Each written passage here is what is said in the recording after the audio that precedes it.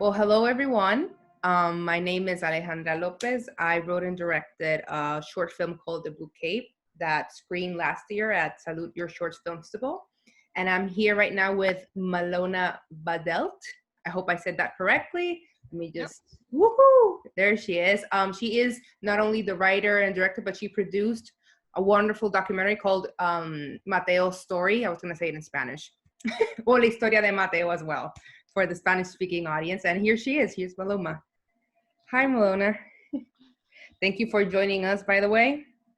Well, I mean, I guess, as a Latin America, thank you for this documentary. You know, it meant a lot for us. And my first question is, I know you were born in Germany, and I also know Central America is full of social and political issues.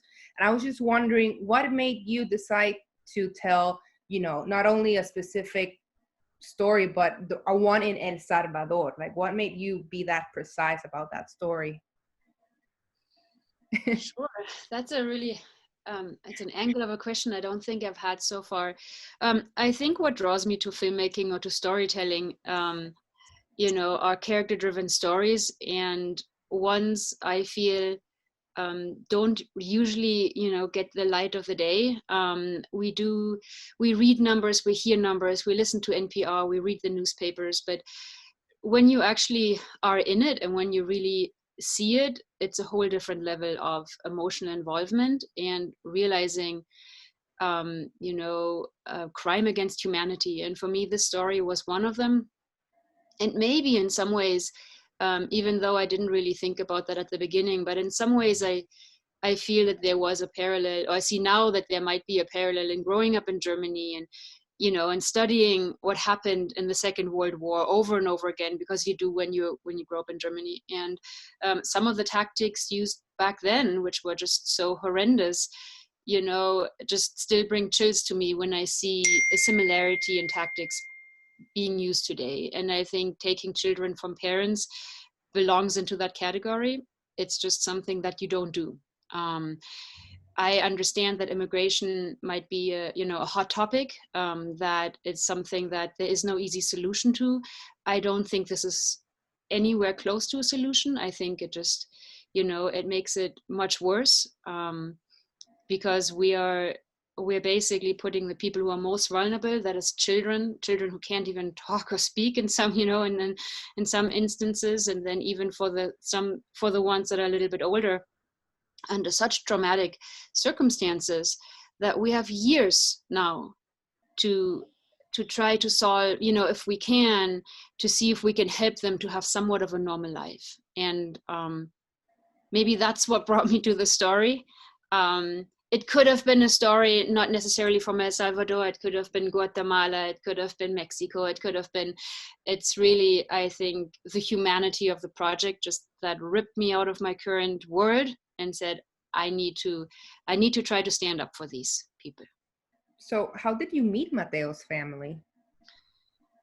Yeah, that's actually a quite interesting story. I was working on I was following a group of dreamers, DACA recipients, and I just started that project. My youngest son turned 2 and just started preschool, and one of his preschool teachers was a dreamer. Wow. And so she was directly affected by DACA being rescinded in September of 2017. And so I said, okay, now I have time. I can jump back into filmmaking. And so I started following a group of dreamers. And then one of the actions that they had from a group called United We Dream, they were in Washington, D.C., and I followed them there. And then one evening I just went back to the hotel room and I looked up immigration in general just to do some more research. And I came across a first article that said that there was a 1-year-old toddler who was taken from his father's arms. And first I thought, no, maybe this is not, maybe this is, I don't know, some kind of like big, newspaper who wants just, the hits online. But then I started more research and I saw that there was another article in the New York Times. So it was clear that this was really happening. And I think that's where the story started. And this was, this is 6 months before it actually hit the news. So when we started following, I started reaching out to the group of lawyers who was helping them, And she actually wrote back to me within 24 hours, and in all caps she said, "Thank you so much for reaching out. Nobody's really looking at this. This is going to happen much more. This is not a single case. We've had many families being ripped apart." And it wasn't until May of the next year, so this is December 2017, and it wasn't until May 2018, if I'm correct, that Jeff Sessions actually made the announcement that they are going to, separate families. So it was much later that actually then really the news jumped on it, and then the pictures of the cages, and then the recordings from ProRepublica came out, but it had happened, way before. And so that's how I got in touch with the lawyer. Sorry, to go back to your story, to your question. That's how I got in touch with the lawyer. And that was just, I think that was like December 22nd, and December 26th, December 25th or 26th, I was on my way down to Tijuana. And that was also just luck, as filmmaking often brings you luck in some instances, because I was in LA and that was in Tijuana. If this would have been at a different border, I might have not been able to go there. But because it was 2.5 hours away, I just drove down. And that was just, the lawyer said, the mother is going to turn herself and the 4-year-old in. Do you want to interview them before you go? So the interview that you see of Olivia at the beginning, where she cries, that is the very first interview that I did with this family. Which is great for filmmaking, because you have that freshness out of, Olivia. Amazing. Wow. It was right after. Yeah. And another coincidence that happened was, you see the footage before they turn themselves in. And I did not follow them. And that's really a coincidence. So when I started doing more research on Mateo, I saw that there were some, I think it was Univision, Telemundo. Yeah, and they had some images of this family still walking to the border, part of the caravan. I was like, wait a minute, like if I can get in touch with them, then I could use that as well. And there was a little like burn-in, and it was neta.gv, I think. And then I contacted them, I looked them up. It's also like a group of people who are, bringing out these stories. And there was one journalist, a photojournalist, who actually was part of the caravan from South Mexico to North Mexico to Tijuana. And among the families that she had followed was Mateo's family. So I got in touch with her, and she actually gave me access to all of her footage. So that's what, in another way, was just strange, that now I really had the story start before they were separated, before people knew that they would be separated. And it just gave us a little bit more, backstory of them, and also shows the hardship of the, of the journey. And I think a lot of documentaries have been made of La Bestia, like the train that comes. Mm-hmm. But again, seeing a family, that is not that different from us, and they're not actors, it's just them, just seeing them on top of the train, I think really brings it close. Wow. So you basically were with the family between Tijuana and San Diego, right? That was all you. Everything. And the only thing that's not me is the footage on the train, before they enter. Yeah. And everything else then is me.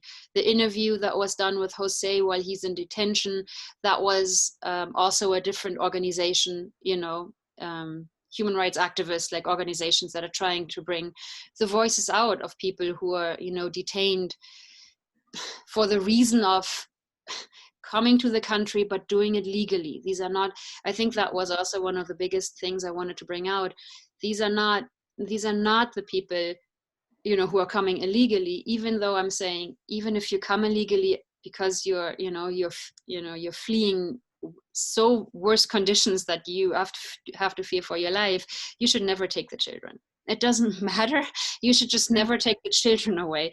But in this case specifically, they didn't come illegally. They did all the right channels. They did what we're saying. And I'm saying, we, as an immigrant myself, like, I see myself as a citizen of the United States. And I think when you follow all the rules, when you do what's being asked, how can you still be met with such injustice and such crime? Mm-hmm. Yeah. Wow.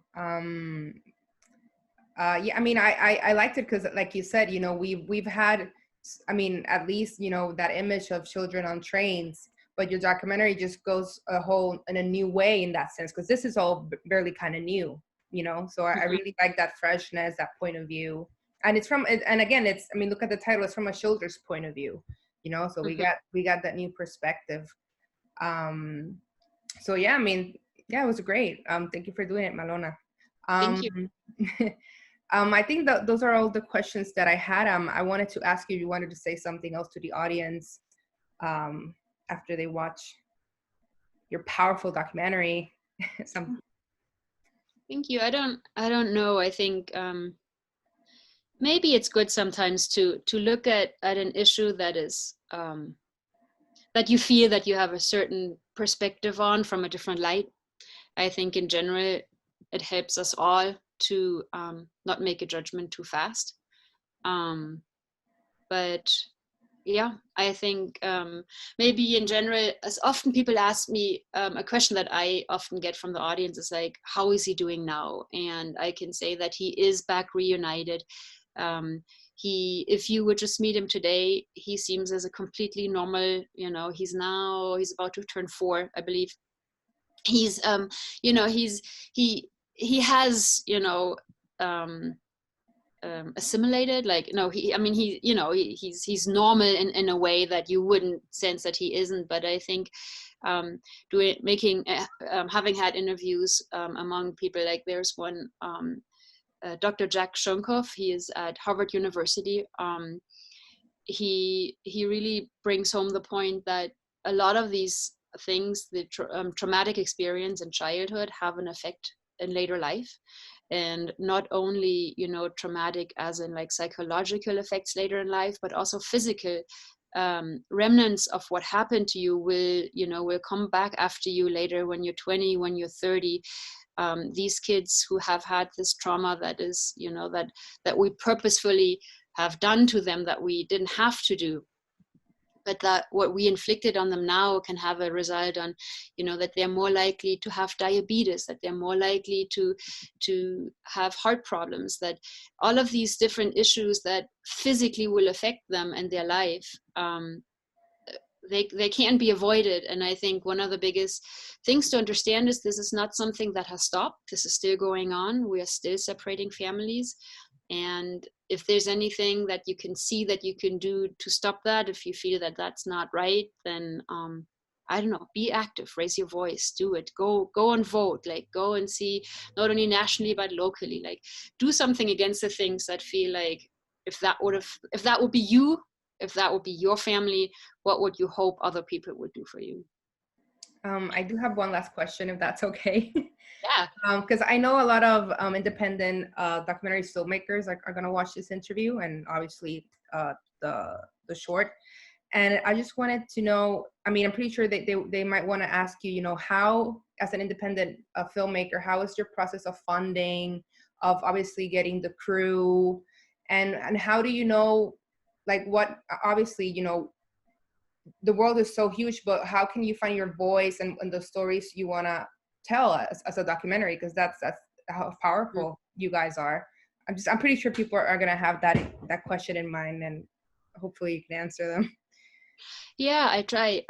I think in terms of funding and crew, when it's something like this that is so, you know, that is sparked like initially, and I feel like I have to do something right away, it really often is just me. Later on, I mean, you do see more people in the credits, but those are really more post-production people. Like, you know, we had people in color correcting, and we had an amazing team at Technicolor who just, you know, whose heart was so big that they just, you know, they did it for free. And you will find that if you have a story to tell and you can tell it in a way that others will listen, you will get them on your side to realize that this is an important story to tell. But often I do go out then by myself. I started by myself. And that's why it's not perfect. It's not perfectly lit. It's not like, I'm not a DP, but I mean, I know how to use a camera. But sometimes you actually, that shows it's shown in one of the scenes in the film, like when I'm at LAX and when Mateo is given back. I mean, it is so shaky, and it just, maybe it also shows like the tensity of the moment. Like I was, you know, it was just me and I was filming it and I was like trying to stabilize myself on the knees, but I realized at one point my whole body was shaking so much because, you know, I was just, you're just part of it. And Correct. so it doesn't look perfect, but it brings out another level of truth in a way, because it's not on a tripod. It's not, you know, it's not on a team and It's holding. real. It's real, and you felt like you were there. You know, Yeah. the So story isn't perfect, so for me, it made sense. yeah, and I think, and that's maybe, you know, the call to action, that when you have a story to tell, just go out and tell it. Don't wait until you have a crew that you can assemble. It's different, I think, if you have a fiction film. If you have a fiction film, you have more time to prep. But in these instances, I think I was actually on a flight for The Dreamers again when I got the text, Mateo is coming back tomorrow. I was like, what? And I was at an airport, I don't know, I forgot, somewhere it's in the country. And I was like, okay, so I changed it back, I flew back, and then the next morning I went there. So you often don't have the time to prep. And in terms of funding, that's a good question too. I mean, now I'm trying to put together a portfolio, like, you know, to put together a package that we can, you know, get funding with. It's not that easy, because I think that, I mean, the good thing is there's so many great stories to be told. So often I hope, like, you know, when I don't get funding, hopefully another great story got the funding. But there are grants out there, you know. There actually, I know that Tribeca, there's a Gucci fund. I mean, there are tons of documentary funds. Also, of course, the Sundance Film Festival, they have a doc arm. But there's so many you know, funds out there. It's hard though to apply for them. It's kind of like applying for college. You have to put a lot of work in them, and they might all come back as no. But that's how I think what we're used to mostly. Like we're, you know, we're fighting the impossible, and every now and then we're getting through, and then hopefully we have a story to tell. Amazing. Well, Malona, thank you for your honesty. Thank you for your time. And I have you have my email. You know, you have another friend in LA, so feel free to reach out. I'm more than happy to send you my short as well. I have a feeling you're gonna like it. Yeah, I'd love to see it actually. I want But to ask. it's docu style, so I'm gonna send it to you. And best of success in all of your endeavors. Thank you so you. much for wanting to interview. Sure. Bye. Stay safe. Bye bye. Thank you.